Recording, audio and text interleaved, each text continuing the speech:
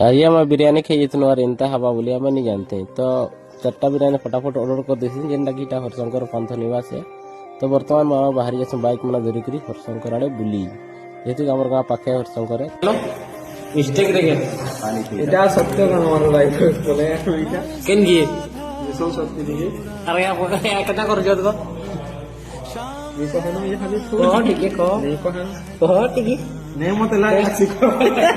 हसी मजाक कर सारा पर आम बिरयानी मैंने फाइनाली आसी आम खाबार स्टार्ट करते जेनटा कि खेक खुआ सारसु बिरयानी